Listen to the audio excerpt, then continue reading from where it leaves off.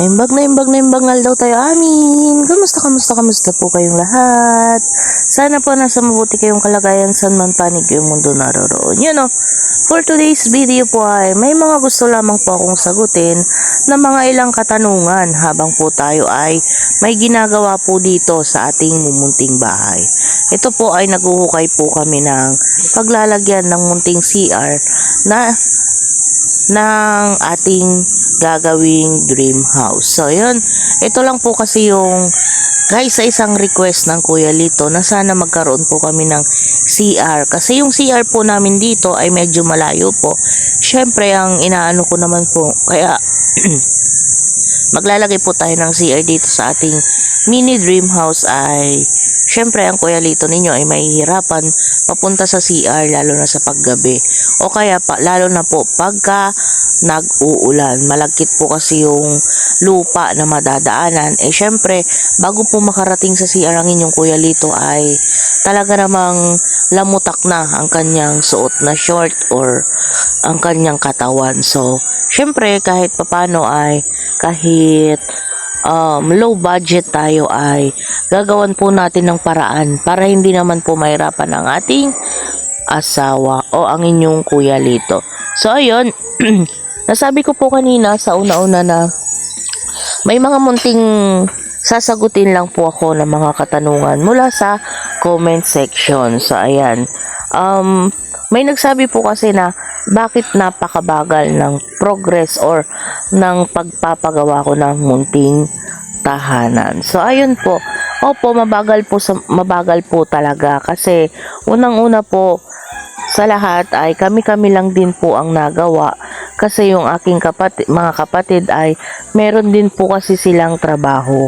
Wala naman po kasi akong pampasahod sa kanila kaya sa tuwing uwi po nila tuwing hapon 4:30 po hanggang 6 ay doon po sila gumagawa dito. Kaya yun lamang po yung talagang oras-oras ng mga nagagawa dito.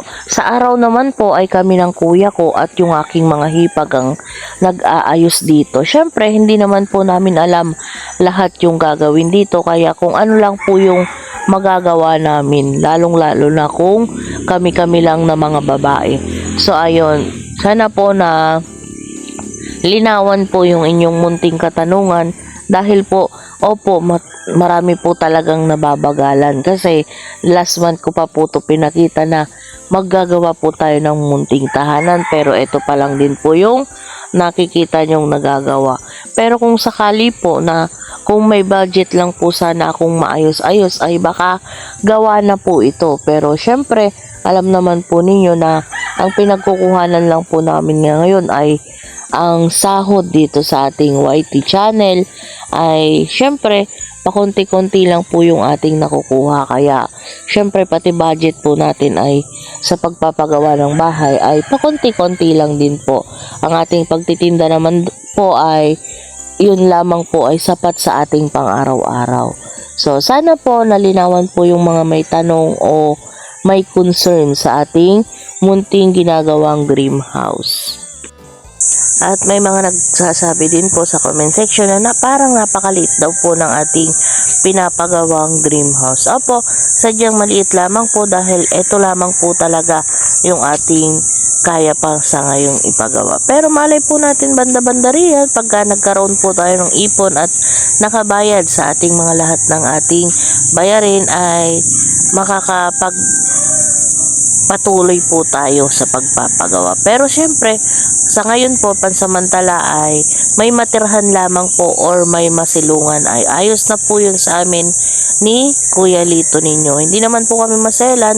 Kami nga po ay naupa sa napakaliit na kwarto. Ito pa po kayong medyo haba-haba pa ng kaunti kaysa sa mga nauupahan po namin. At saka, kaya nga po namin pong tumira sa tent ng ilang buwan para lang po maka-survive. Pero, syempre sa pagsisikap at pagtsatsaga ng inyong mga lingkod ay lahat ay kakayanin dahil sa hirap ng buhay. At least magkakasama po tayong masaya at walang anumang problema.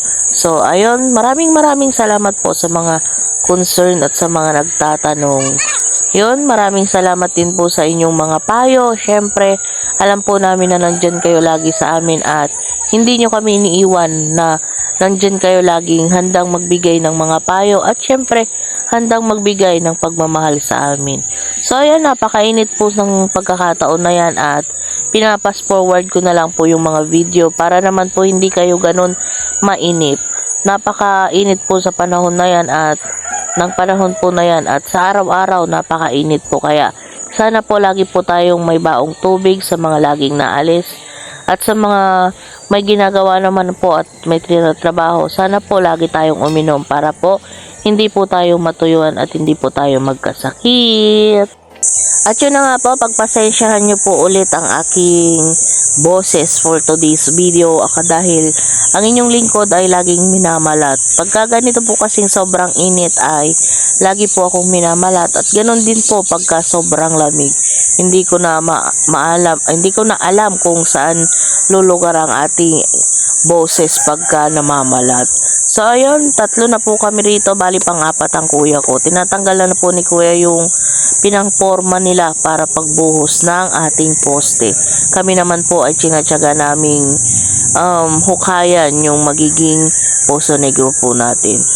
At ako naman po ay yung ibang mga poste ay tinatabunan ko na dito sa ating nakukuhang lupa dito sa ating ginagawang Poso Negro. Double purpose na po to, paghuhukay at syempre pag tatabon na rin po.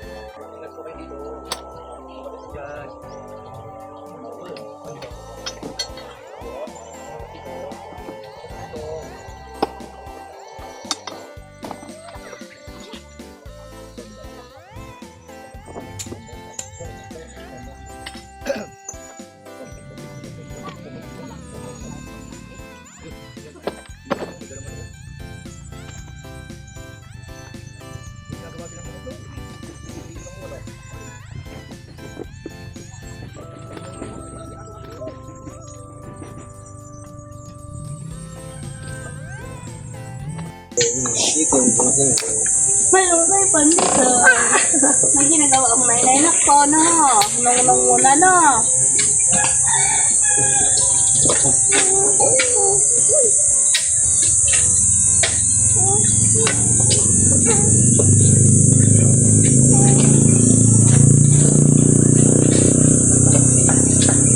Is na nung, no?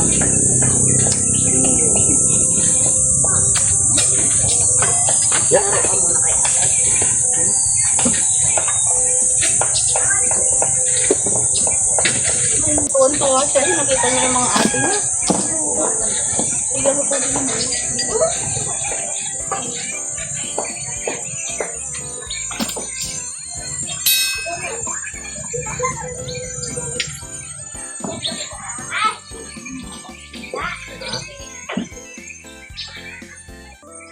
Malunggay pandesal.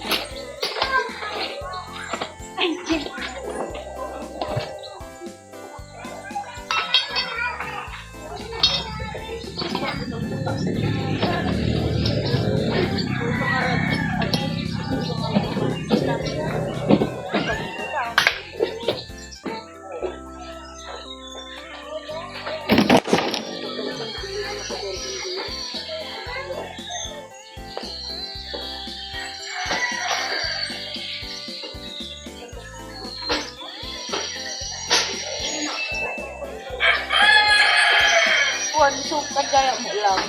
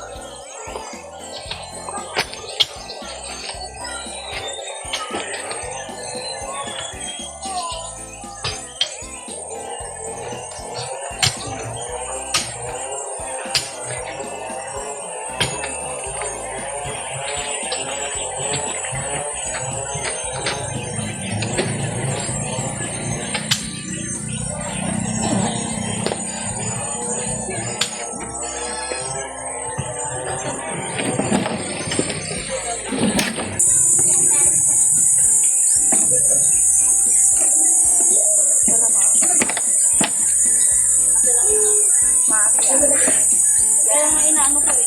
Yan yung ano na. O, para pa-diretso.